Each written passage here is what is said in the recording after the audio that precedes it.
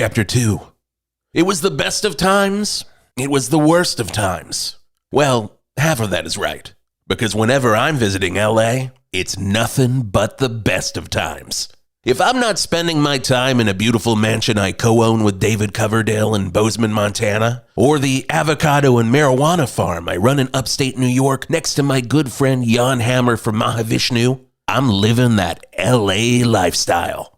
Just a little modest apartment above the Viper Room on the Sunset Strip. It's a place I can lay my head, listen to some great classic rock, and do lots and lots of fucking.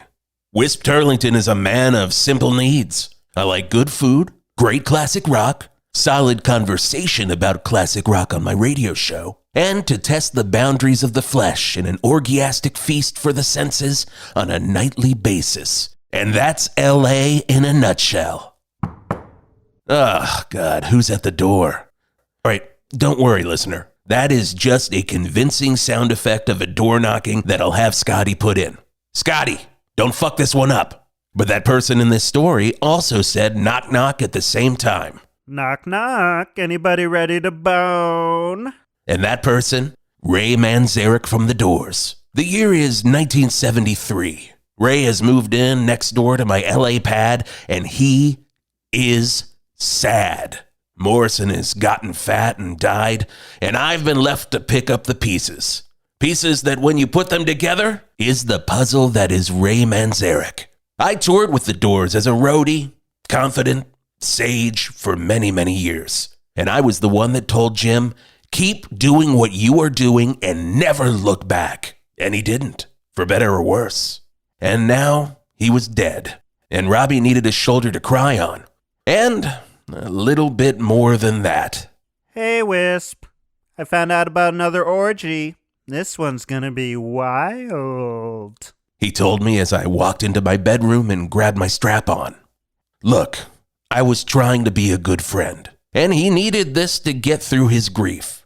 And I needed him to shut the fuck up about Morrison. If you thought he talked about Jim Morrison a lot in interviews and on the Whisp Turlington show, you should have heard him in real life, unhinged. And the only thing that could shut him up was a good, healthy orgy. Before you could blink an eye, we were at a mansion in Laurel Canyon that used to be owned by Don McLean, riding high on American Pie money. I had done an interview with Don for my show that went great.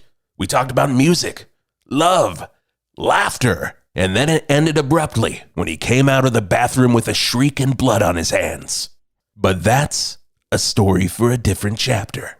No, Scotty, I'll tell it in a different chapter. Don't interrupt.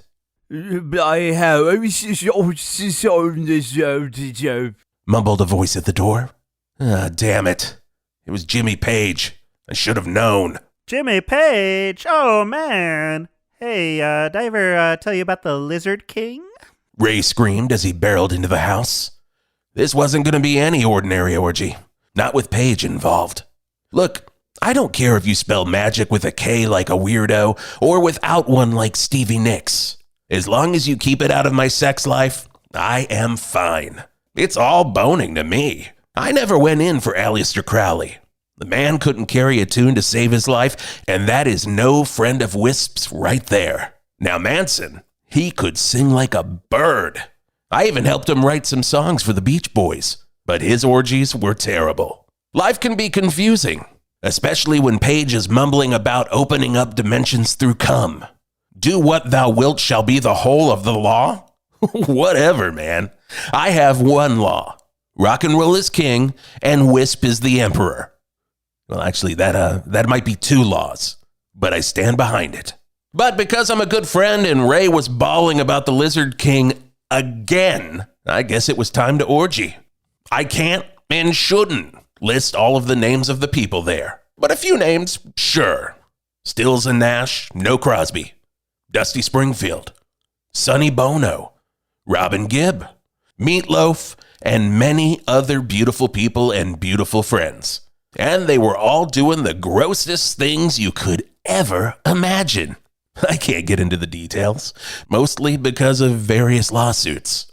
At one point, we were experiencing pain and pleasure all at once. I swear chains came out of the walls and ripped the flesh off of Gary Brooker from Procol Harum. It was a real Cenobite situation. I, of course, told this part of the story on my radio show, and then those bastards ripped me off. My lawyers are still dealing with Clive Barker on a daily basis. Whisp is coming for you, pinhead. Screamed out Page as he came for the 100th, maybe 1,000th time. Is it more impressive when he pulls out that solo in Kashmir? Or when you see just how much semen he can create?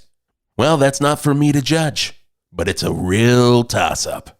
Now, I don't know if it was the sex magic or just my imagination from the peyote Herbie Hancock provided in copious amounts. But around hour 4, we had all merged into one. Literally, I don't go for metaphors. I only speak in hard truth. It was like the movie The Thing, but more sexual.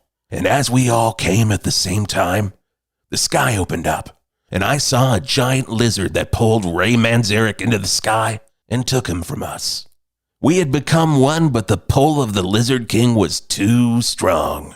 Jim, you came for me, he yelled before he disappeared, which I thought was extra odd because Ray was standing right next to me as I watched him get pulled in, still covered in Vaseline.